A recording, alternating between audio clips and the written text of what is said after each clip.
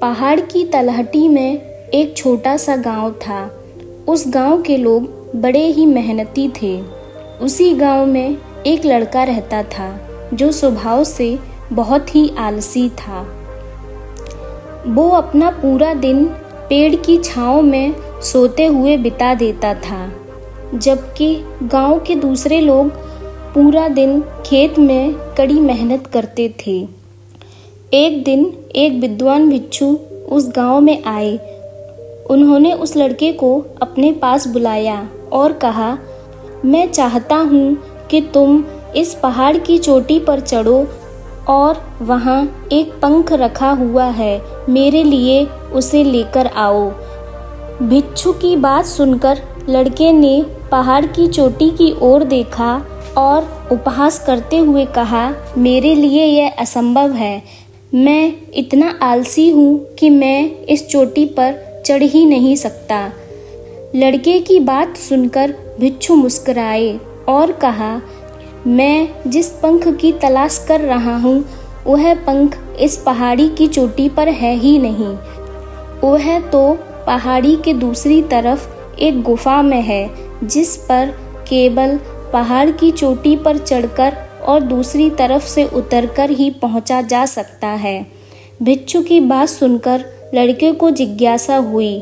उसने पहले कभी इस तरह के पंख के विषय में नहीं सुना था। चुनौतियों और रोमांच से भरे इस कार्य ने उसकी जिज्ञासा को और जगाया और इसीलिए उस लड़के ने भिक्षु की इस चुनौती को स्वीकार कर लिया।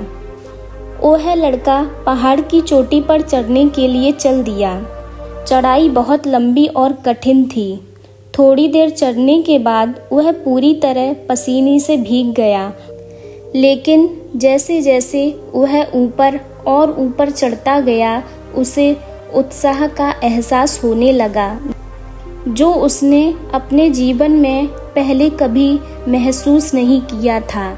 जब वह लड़का पहाड़ की सबसे ऊंची चोटी पर पहुंचा तो वह पूरी तरह थक गया था, लेकिन उसने अपने सामने एक बहुत ही लुभावने दृश्य को देखा, जो उसके लिए एक उपलब्धि थी जिसे उसने पहले कभी महसूस नहीं किया था।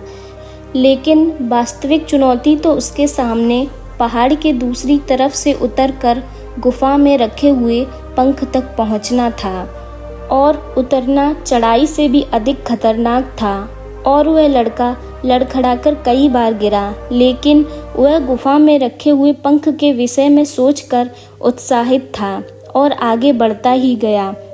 अंततः जब वह उस गुफा में पहुंचा तो उसने देखा कि एक पंख वहां पड़ा हुआ है, जो प्रवेश द्वार से छनकर आ रही रोशनी से चमक रहा था।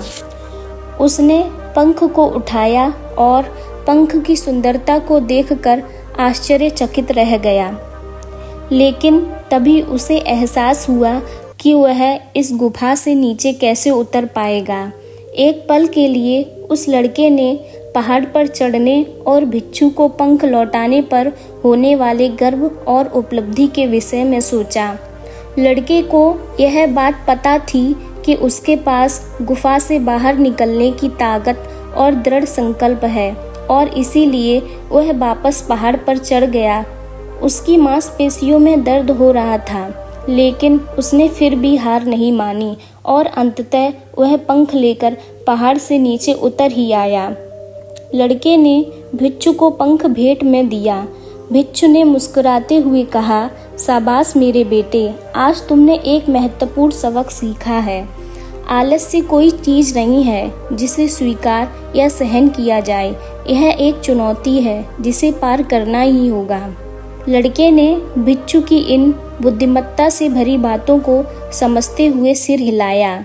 भिक्षु के शब्दों से उसे एहसास हुआ कि वह हमेशा से ही महान कार्य करने में सक्षम था, लेकिन आलस्य ने उसे रोक दिया था। लेकिन अब वह जानता था कि उसके पास उसके रास्ते में आने वाली किसी भी बाधा को दूर करने की ताकत और दृढ़ संकल्प है। आजकल के समय में भी आलस्य मानव जीवन की सबसे बड़ी बीमारी की तरह बन गया है। इसीलिए हमेशा ये याद रखना चाहिए कि शरीर और मन इसी तरह के होते हैं कि तुम इन्हें जैसा बनाना चाहोगे ये वैसे ही बनते चले जाएंगे। अगर आप इसे इसी तरह स्वतंत्र रहने की इजाज़त दे देते हैं तो ये हमारे मन और आत्मा के मालिक बन जाते हैं और ये सबसे बुरे मालिक साबित होते हैं। और अगर इन्हें अपना सेवक बना लिया जाए तो यह दुनिया के सबसे अच्छे सेवक साबित होते हैं। इसीलिए हमेशा ये याद रखना चाहिए, आलस्य कोई ऐसी चीज़ नहीं है जिसे स्वीकार या सहन किया जाए। यह एक चुनौती है जिसे पार करना ही होता है। अगर आपको ये कहानी अच्छी लगी तो मेरे चैनल को सब्सक्राइब करें और वीडियो को लाइक करें। Thank you for watching.